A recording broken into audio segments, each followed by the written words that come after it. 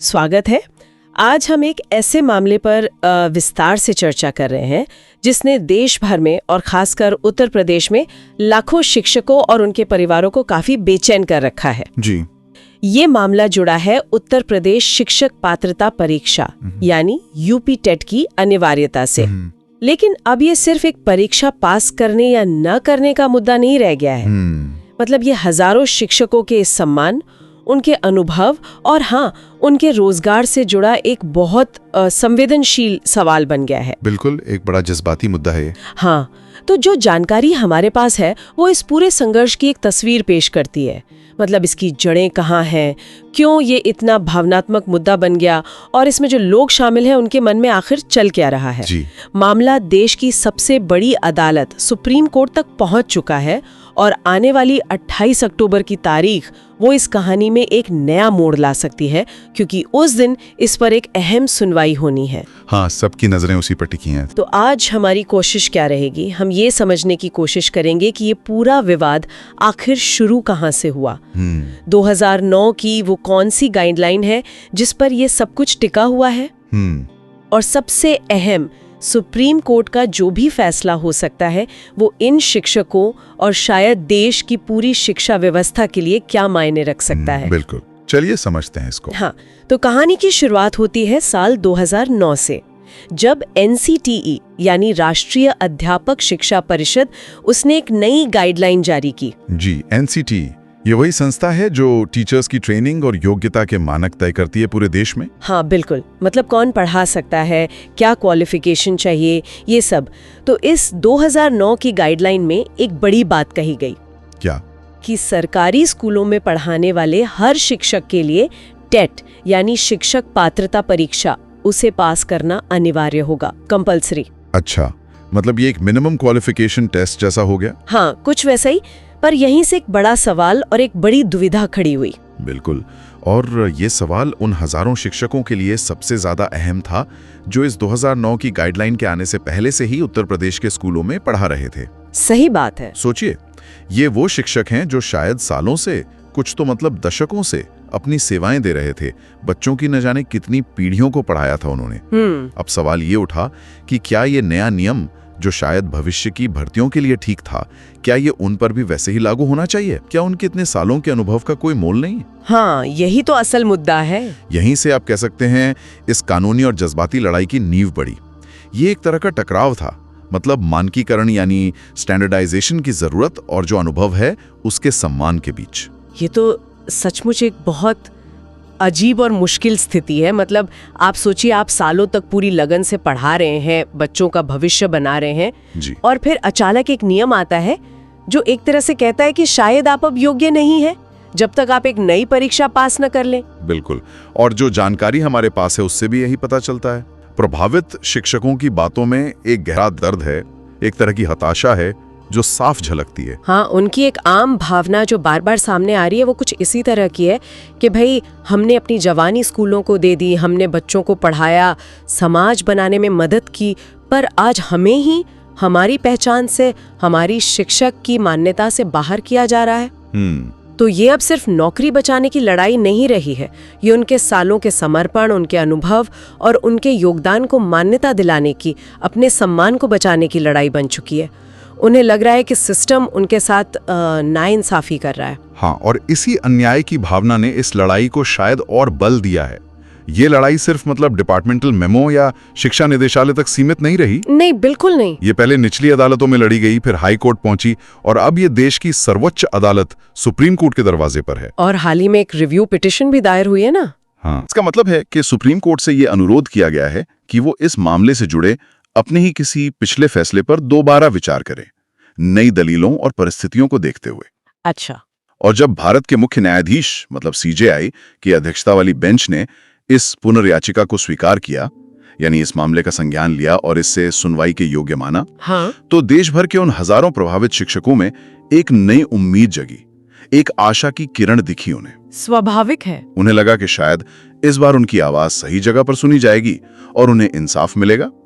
अब सबकी नजरें 28 अक्टूबर को होने वाली सुनवाई पर हैं।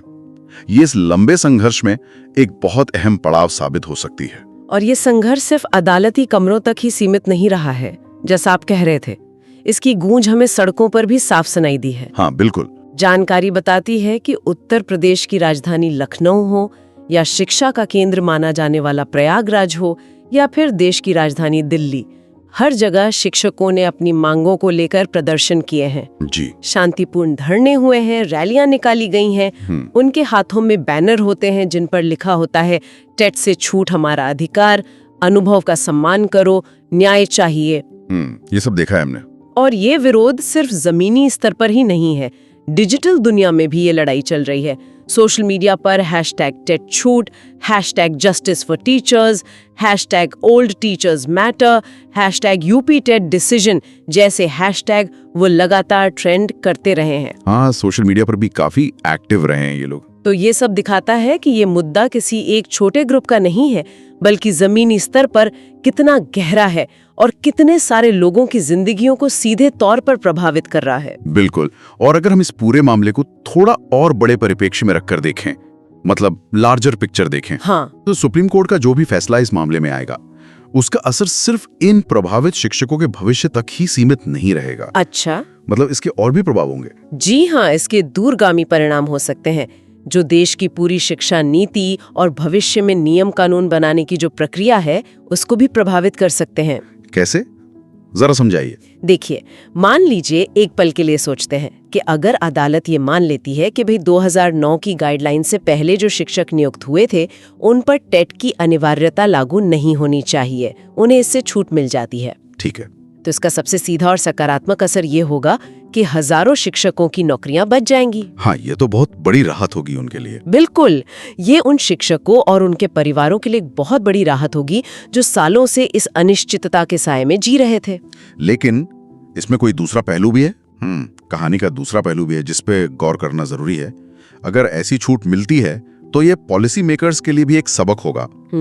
इस फैसले से सरकार और जो संबंधित संस्थाएं हैं जैसे NCTE, उन पर भविष्य में और ज्यादा पारदर्शिता और स्पष्टता के साथ नीतियां बनाने का दबाव बढ़ेगा। अच्छा, मतलब भविष्य के लिए एक सीख। जी, उन्हें ये सोचना होगा कि जब भी कोई नया नियम, कोई नई योग्यता या मानक लागू किया जाए तो उसका ट्रांजिशन पीरियड कैसा हो, जो लोग पहले से उस व्यवस्था का हिस्सा हैं उनके हितों की रक्षा कैसे की जाए। हाँ, ये तो बहुत जरूरी सवाल है। क्या उन्हें नई योग्यता हासिल करने के लिए पर्याप्त समय और संसाधन दिए जाने चाहिए?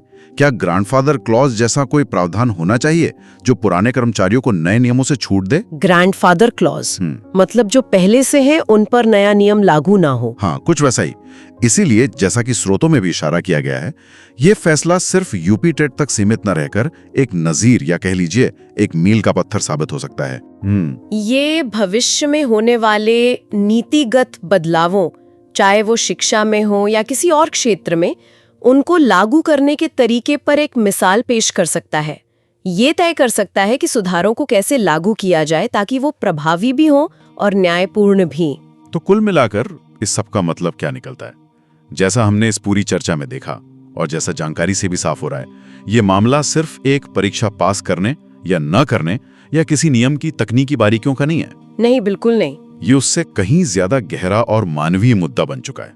ये हजारों शिक्षकों के लिए, जैसा आपने पहले भी कहा था और जैसा स्रोतों में बार बार उभर कर आ रहा है, ये उनके सम्मान की लड़ाई बन गया है। सही कहा, सम्मान की लड़ाई। उनके मन में ये सवाल लगातार उठ रहा है कि क्या सालों की हमारी सेवा, हमारा अनुभव, हमारा समर्पण, क्या वो किसी गिनती में आता है या नहीं? या क्या न्याय और नियम सिर्फ कुछ खास लोगों के लिए है या सबके लिए समान रूप से उपलब्ध है? वो खुद को किसी नियम का उल्लंघन करने वाला या अयोग्य महसूस नहीं करना चाहते। बिल्कुल, वो अपराधी नहीं है। हाँ, वो खुद को अपराधी नहीं बल्कि समाज का निर्माता मानते हैं, बच्चों का भविष्य गढ़ने वाला मानते हैं, जिन्होंने अपनी जिम्मेदारी सालों तक निभाई है और अब वो चाहते हैं कि व्यवस्था भी उनके इस योगदान को पहचाने और सम्मान दे। जी। तो हमने आज देखा कि कैसे 2009 में राष्ट्रीय अध्यापक शिक्षा परिषद यानी NCTE द्वारा लाई गई एक गाइडलाइन, जिसका मकसद शायद शिक्षा की गुणवत्ता को बढ़ाना था। हाँ, उद्देश्य तो शायद यही था। वो उन हजारों शिक्षकों के लिए एक बड़ी चुनौती और अनिश्चितता का कारण बन गई, जो उस नियम के आने से पहले से ही स्कूलों में पढ़ा रहे थे। ये नियम भविष्य के लिए था, लेकिन इसका असर भूतकाल से सेवा दे रहे शिक्षकों की जिंदगियों पर बहुत गहरा पड़ा। बहुत गहरा। हमने उनकी भावनाओं, उनके दर्द और उनकी दलीलों को समझने की कोशिश की।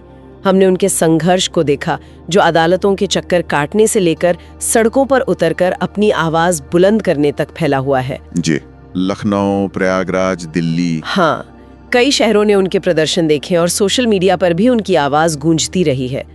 अब सबकी निगाहें देश की सर्वोच्च अदालत सुप्रीम कोर्ट पर टिकी हैं और 28 अक्टूबर को होने वाली सुनवाई इस पूरे मामले में एक निर्णायक मोड़ ला सकती है। बिल्कुल। ये तय कर सकती है कि इन शिक्षकों के अनुभव को मान्यता मिलती है या उन्हें नए सिरे से अपनी योग्यता साबित करनी होगी। बिल्कुल सही कहा। ये फैसला न केवल उन हजारों शिक्षकों की नौकरी, उनके भविष्य और उनके परिवारों पर सीधा असर डालेगा, बल्कि जैसा हमने पहले भी बात की, ये भविष्य के लिए एक महत्वपूर्ण नजीर भी स्थापित करेगा। ये दिखाएगा कि जब व्यवस्थाएं बदलती हैं, जब नए मानक आते हैं, तो उन लोगों के साथ कैसा व्यवहार किया जाना चाहिए जो पुरानी व्यवस्था के तहत ईमानदारी से काम कर रहे थे। हाँ, ये बहुत अहम है। क्या सुधारों का बोझ हमेशा मौजूदा कर्मचारियों पर पड़ना चाहिए?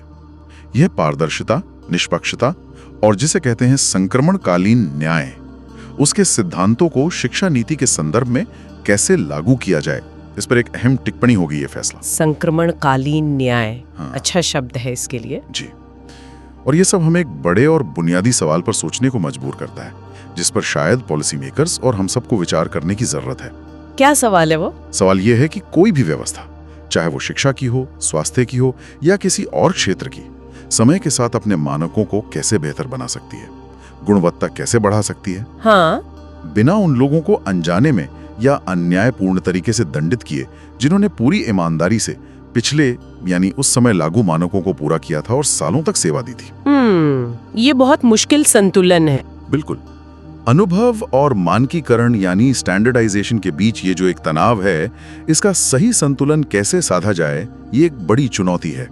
कैसे सुनिश्चित किया जाए कि गुणवत्ता भी बढ़े, लेकिन तजुर्बे और जो मानवीय पहलू हैं उसका भी सम्मान हो। सही बात है। ये वो सवाल है जो इस मामले के निपटारे के बाद भी गूंजता रहेगा और जिस पर हमें लगातार सोचने की जरूरत होगी।